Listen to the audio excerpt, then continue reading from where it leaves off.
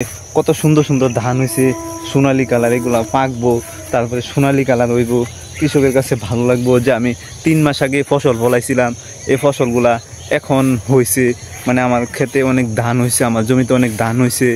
শীত মৌসুমের যে কবিগুলো আছে না, এই সমস্ত কবি, ফুলকপি ক্ষেতের মধ্যে লাগাইছি।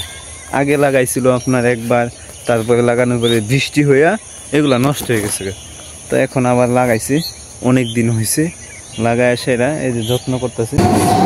হে guys, welcome back to my another blog. তো এখন বাজে বিকাল 4:30। তো আসলে নামাজ মাত্র পড়ে আইছি, ঘুমায় আসছিলাম আজকে দুপুরবেলা, রেস্টে আসছিলাম, রেস্টে থাইকা এখন ঘুম থেকে উঠছি। উঠা তারপরে নামাজটা দৌড়াই গিয়ে নামাজটা পড়লাম, পড়ে আবার আসলাম। তো আপনাদের প্রতি আমার একটাই দাওয়াত থাকবে যে 5 ওয়াক্ত নামাজ মানে সঠিক মতো আদায় করবেন। এটা হচ্ছে কি ফরজ। ফরজ আদায় না করলে যে ক্ষুধা পাঠাইছে সে ক্ষুধা জবাবদিহিতা করতে হবে যে তুমি আমার এরকম ফরজ কেন তুমি আদায় করলা না। তো আমার এই দাওয়াতটা আপনাদের প্রতি থাকবে। আমি প্রায় সময় আমাদের যে বাড়ি আছে, এই যে আমাদের বাড়ির পিছনে একটা গেট আছে, এই গেটের পিছনে মানে প্রায় সময় আসলে আমাদের যে জমিটা আছে, এই যে জমিটা লাগাইছিল, এটা দেখলে পরে আমার অনুভূতি জানি কীরকম হয়ে যায়। আমি আপনাদেরকে আমাদের খেতে নিয়ে যাব, তার আগে একটু আমার এই যে দুষ্টটার সাথে একটু দুষ্টামি গেলে, এই যে তার বয়স হবে 1.5 বছর, এই যে শিকারে আসে বসে রয়েছে, মনে হয় কিছু দেখছি, এই যে মনে হয় কিছু দেখছে, দেখি সে কাকে থাপ দেয়, এই যে থাপ দেওয়ার জন্য সে প্রস্তুত হয়ে গেছে। মানে কোনো কিছু ধরার আগে বিলাই, মানে প্রাণীরা, মানে এই সমস্ত যে প্রাণীগুলো আছে বিলাই, তারা ইন্দুর অথবা হলুদ ধরার আগে তাদেরকে এরকম খেপ নিয়ে বসে থাকি, তারপরে তারা লাভ দেয়। এখন ছিল প্রজাপতি, তো প্রজাপতি দেখে সে মানে ধরার জন্য প্রস্তুত হয়েছিল। তো বিকালবেলা সেও ঘুরতে যেতেছে, মানে এদিক সেদিক ঘুরে, সারাদিন তো বাসায় থাকে, তো বিকালবেলা এদিক সেদিক ঘোরাঘুরি করে। হাই রে আমাদের জমির কি অবস্থা!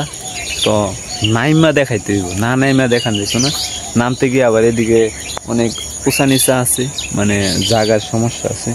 তো আমি যাইতাছি, আপনাদেরকে দেখাবো। এই যে নিচে আগে অনেক প্যাক কাদা ছিল, এই যে অনেক প্যাক ছিল, পানি ছিল এই জায়গাতে, পানি শুকাইছে। এখন দেখেন কতগুলা টাকা খরচ করে, এই যে এগুলা নাকি ধান ক্ষেত, এই যে ধানের কি অবস্থা, ধানের ক্ষেত এরকম থাকে। কিছু কবুতরে যাই না গাইটা খাওয়ামু, এরকম পরিস্থিতি হয় নাই। আজ পর্যন্ত আমি এদিক দিয়ে আসলাম, তো অনেক কষ্ট হয়েছে, প্যাক কাদা অল্প অল্প ছিল, শুকাইছে না। তো এই দেখে পাড়া দিয়া চলে আইছি। অপর সাইডে আছে, অপর সাইডে এই যে ফুলকপি লাগাইছে। শীত মৌসুমের যে কবিগুলো আছে না, এই সমস্ত কবি, ফুলকপি ক্ষেতের মধ্যে লাগাইছে। আগে লাগাইছিল আপনার একবার, তারপরে লাগানোর পরে বৃষ্টি হইয়া এগুলা নষ্ট হয়ে গেছে। তো এখন আবার লাগাইছে, অনেক দিন হয়েছে লাগায় সেরা, এই যে যত্ন করতেছে, যত্নের পরে এরকম ফল হইতেছে। দেখেন এই যে কবি খেতে অনেক পরিশ্রম হয়। এই যে এটা হচ্ছে গিয়ে ফুলকপি। এই কপিগুলো একদিন গাছগুলা বড় হইব, বড় হয়ে তার মধ্যে ফুলকপি, বাজারে যে ফুলকপি বিক্রি করে, এই ফুলকপি হইব। তো অনেক খাটাখাটনির পরে জমিটা এরকম হয়েছে। আমাদের জমির পাশে আমি যখন আসি তো এটাকেও দেখা যায় আর কি। তো আজকেও আসলাম, আইসা জমিটাতে দেখতেছি, ফুলকপি জমিটা সুন্দর হয়েছে, আগের চেয়ে অনেক ভালো হয়েছে। মনে হয় যে রীতিমতো লায়ক দিতেছে, তারপরে রীতিমতো খাটাখাটনি করতেছে, যার কারণে এরকম হয়েছে। আমি আরেকটা বিষয় আপনাদেরকে দেখাইতে আসছি যে আমাদের রাইস ফিল্ড, আমাদের ধান ক্ষেত আর অন্যদের ধান ক্ষেতের কি তফাৎ। এই যে অন্যদের ধান ক্ষেতের কি তফাৎ আর আমাদের ধান ক্ষেতের কি তফাৎ, মানে রাইস ফিল্ডের কী অভাব, এটা কি দেখছেন কত উঁচা হয়েছে, কত সুন্দর সুন্দর ধান হয়েছে, সোনালী কালার, এগুলা পাকবো, তারপরে সোনালী কালার হইব। কৃষকের কাছে ভালো লাগবো যে আমি 3 মাস আগে ফসল ফলাইছিলাম, এই ফসলগুলা এখন হয়েছে, মানে আমার ক্ষেতে অনেক ধান হয়েছে, আমার জমিতে অনেক ধান হয়েছে। তো কৃষকের কাছে অনেক ভালো লাগে। তা আমরাও তো 3 মাস আগেই লাগাইছি ভাই, আমাদের জমির কি অবস্থা দেখছেন। একবারে বেহাল দশা। তো এই যে অন্যদের জমি দেখছেন, ওইখানে একটা জমি, আবার এখানে একটা জমি, মানে ছোটো আইল দিয়ে হাঁটলে ওইখানে একটা জমি পড়ে, এখানে একটা জমি পড়ে। দেখেন কত সুন্দর সুন্দর ধান, এই যে কত লম্বা লম্বা হিজা, এই সমস্ত ধানগুলো অনেক সুন্দর। মানে আমরাও তো লাগাইছিলাম খুব আউশ করে যে আল্লাহ তালা আমগর খেতে দান দিব, মানে আমাদের কাছেও ভালো লাগবো। তো হয় নাই, যা করে একমাত্র আল্লাহ তালা ভালোর জন্যই করে। তো কার রিজিক কোথা থেকে আসবো, কোথা থেকে দিব, এটা আল্লাহ তালা মানে মানুষ সৃষ্টি করার আগে এটা রিজিকগুলা দিয়ে রাখছে, যে তুমি এতদিন বাঁচবা, তুমি এই রিজিক খাইবা, ওই রিজিক খাইবা, মানে এরকম আর কি।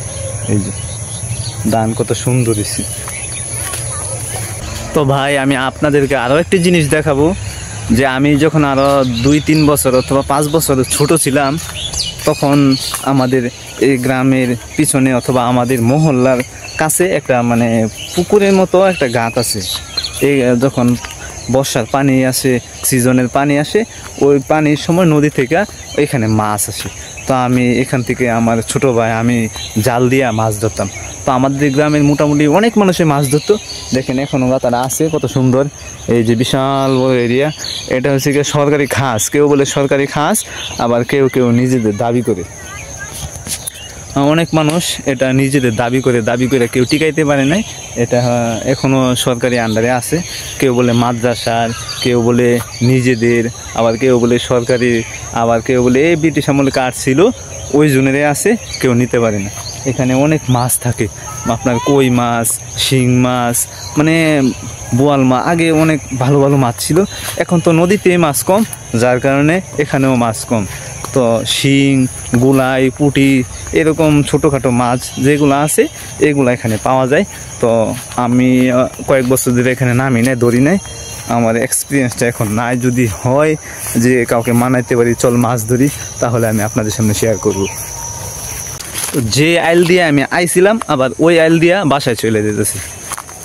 এই যে কত বন টন এইদিকে, তো আপনি দেখলে বুঝবেন যে কত উঁচা বন। এই যে আড়াইল, এগুলো আমরা আড়াইল কই, আপনারা কি কোন সঠিক জানি না, এগুলো আমরা আড়াইল কই। এইগুলা যখন পানি থাকে, পানির মধ্যে তারও ডানাগুলা লম্বা লম্বা হয়। তো মানুষ যখন যায়, মানে পানি দিয়া হাইটা যায় অথবা কোনো দিক যায়, একটা ফুস লাগে, মানে ফুস লাগে, লগে লগে কিছু বোঝা যায় না, খালি ফুরায়, মানে খালি জলে, এরকম বিষয়। তার পাতার মধ্যে এরকম ধার, মানে লাগলে কাইটা যায়, কাটে না, আপনি চোখে দেখা যায় না, কিন্তু খালি জলে। এটার নাম দিছে মানুষ আড়াইল। মুরব্বীরা মনে হয় দিছে, যার কারণে সিলসিলা পাই আইছে, আমরা ওইটাই ডাকি, আড়াইল ডাকি। এই যে কত আড়াইল দেখেন, এই যে এগুলা গরু খায় কিন্তু কম আর কি। যখন পানি চলে যায়, তো পানি নরম জায়গাতে এগুলা ডাইবা এই শিকড় বাকড় নিয়ে অনেক বড় বড় হয়ে যায়। তো এখন বিকাল হয়ে গেছে, মানে সন্ধ্যার আগ মুহূর্ত হয়ে গেছে, সূর্যটা এখনো ডুবে নাই। এই যেদিকে সূর্যটা আছে গাছের নিচে, আমাদের গ্রামে থাইকা মানে সূর্যটা দেখা যায় না বিকাল হইলে, গাছের জন্য গাছে মানে এটা ব্যারিকেড দিয়ে দেয়। তো সূর্যটা নিচে যখন যায় লাল টুকটুকে দেখা যায়। তো শীতের সিজন হইলে, শীত মৌসুম হইলে সূর্যটা ভালোভাবে দেখা যায়। এখন আমাদের সূর্যটা দেখা যায় না গাছের জন্য। তো আমার ভিডিওটা দিনে দিনে আমি শেষ করে দিই। রাত্রের বেলা আমার মোবাইলের লেন্স ততটা বেশি ভালো না থাকে, আমি রাত্রিবেলা ভিডিও করি না। তো আমার ভিডিওটা যাদের কাছে পছন্দ হয়, আমার চ্যানেলটাকে সাবস্ক্রাইব করে দেবেন। তো ভিডিওটাকে একটা করে লাইক দিবেন। ভিডিওটা যদি লাইক দেন, তো আমার ইমপ্রেশন বাড়ে, মানে ভিডিও করতে আগ্রহ জাগে। I hope you enjoyed this video. Hit like and do subscribe to my channel. Thank you so much for watching. Bye.